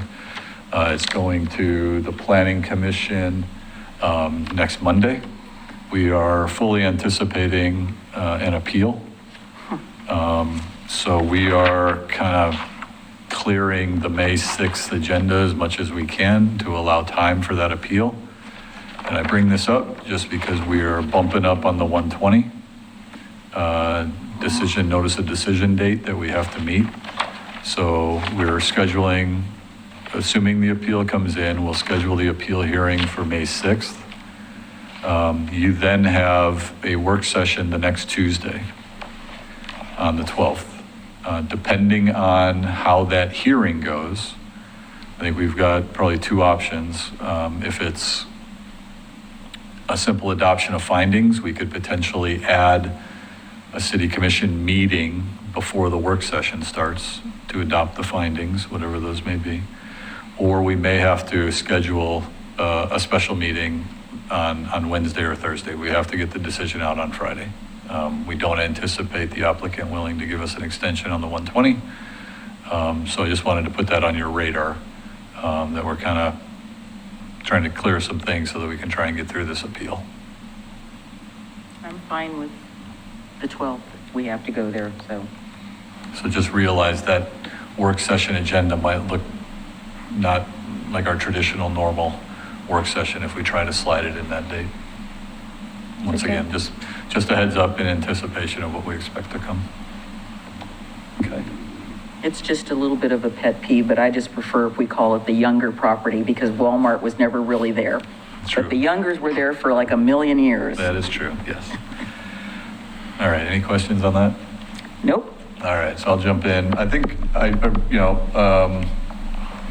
obviously if you have any questions about any of the goals, I wasn't going to go through all of them. I did want to point out one that's going to tie into the presentation from the chief here afterwards about the exclusion zone. It addresses some of the homeless and work that we've been doing along that. And hopefully you had a chance to read about the Caring Court. And I just wanted to take a sec to read it because I think it's important for our community to hear that after 6 months, Caring Court is making a real difference in people's lives, and you can feel that impact in the courtroom each week. We've celebrated 15 graduates so far and are currently walking alongside 30 active participants, many of whom are navigating significant challenges like homelessness, substance abuse, and mental health needs. What stands out most is the level of engagement participants are showing up with a 90% attendance rate. We're watching people begin to stabilize, getting into housing, connecting with treatment and other resources. It's been incredibly rewarding to see the trust building between the participants and the Caring Court team, and it's clear that Caring Court is becoming a place where real change is possible. So, I thank the judge and the court staff for leading that charge and the commission for supporting us in creating that new program. Any questions? Anybody? Okay, looking down the line. Okay. Do you want to go on to the next item? Certainly. Good evening, Mayor, Commission. I just wanted to give an update on the downtown exclusion zone. As you're aware, that went into effect on January 2nd of this year. To date, 5 people have been given an exclusion notice for various crimes that they have committed in the downtown core area. I can go through a little snippet of all those. Today, we've had no appeals or variances applied for or have been requested. None of the individuals that have been given the exclusion have violated or have been caught violating the exclusion. I meet monthly with DOCA, and they have had no complaints and shared that they believe it has been successful. I would also agree that the exclusion zone and the exclusions have been successful. I can go through just a little snippet of all 5 of those so you can kind of understand what our officers excluded them for. January 5th, a 44-year-old male who was a transient committed a theft and offensive littering. He was given a 30-day exclusion. That's currently inactive. He stole some TriMet bus driver's gear, a bag, and did some littering. 2 other reports since then. We're outside the zone that we dealt with the next day, and after that next day, there's no other reports in Oregon City with that individual. However, he's been in some other cities and had some other crimes in those cities. January 12th, a 41-year-old male, he was a transient. We were there to investigate harassment, criminal trespass, disorderly conduct, and escape. He was given a 30-day exclusion. That's currently inactive. This is the individual that engaged in a fight with another male downtown.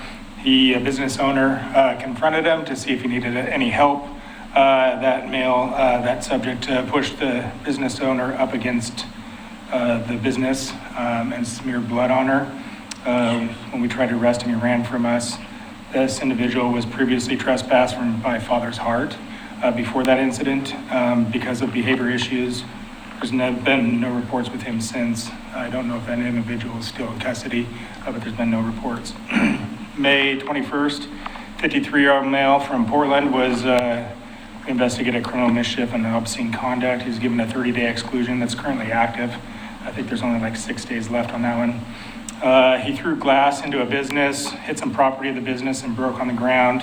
He had been previously arrested for us for obscene conduct when he was urinating on the side of one of the businesses downtown. There have been multiple reports all over the city with that individual. He'd also been trespassed from Oregon City Hilltop Mall. There's been no reports with that individual in Oregon City since he was given. March 26th, there was a 42-year-old male. He's a transient. We investigated criminal mischief. He was given a 30-day exclusion. It's still currently active. He was doing graffiti on a business. This individual, there's multiple reports leading up to this and around the city. He was also trespassed from Father's Heart, Oregon City Library, and 2 other businesses for similar conduct. Since then, we've had 2 reports, but nothing inside the exclusion zone. And finally, April 6th, we had a 53-year-old male, also transient. We investigated criminal trespass. He was down at a business. They asked him to leave. We get there. We asked him to leave. He refused, so he was arrested. Again, multiple reports with this individual throughout the city. Multiple after that around the city, including a burglary, but nothing inside the exclusion zone. So with that, I think it's been widely successful. It's changed the behavior of those individuals, at least not in that area. And none of them have violated it. So here to answer any questions, but I think it's going good. I don't see any questions. Okay. That's all. Okay. Any communications, commissioners? Okay. I just wanted to add, because we didn't have the date when our library director, Greg, was talking about the live stream. So it is going to be, the live stream with George Takei is on May 31st from 2 to 4 p.m. And there's a way on our library's website to, on that particular topic, you register for it so they know you can get the code to get into the session. So that's all I have. Seeing no further business, thank you, staff, for the work, particularly on the Public Works material. I think John Lewis would be very proud. It's gotten done, and we are adjourned.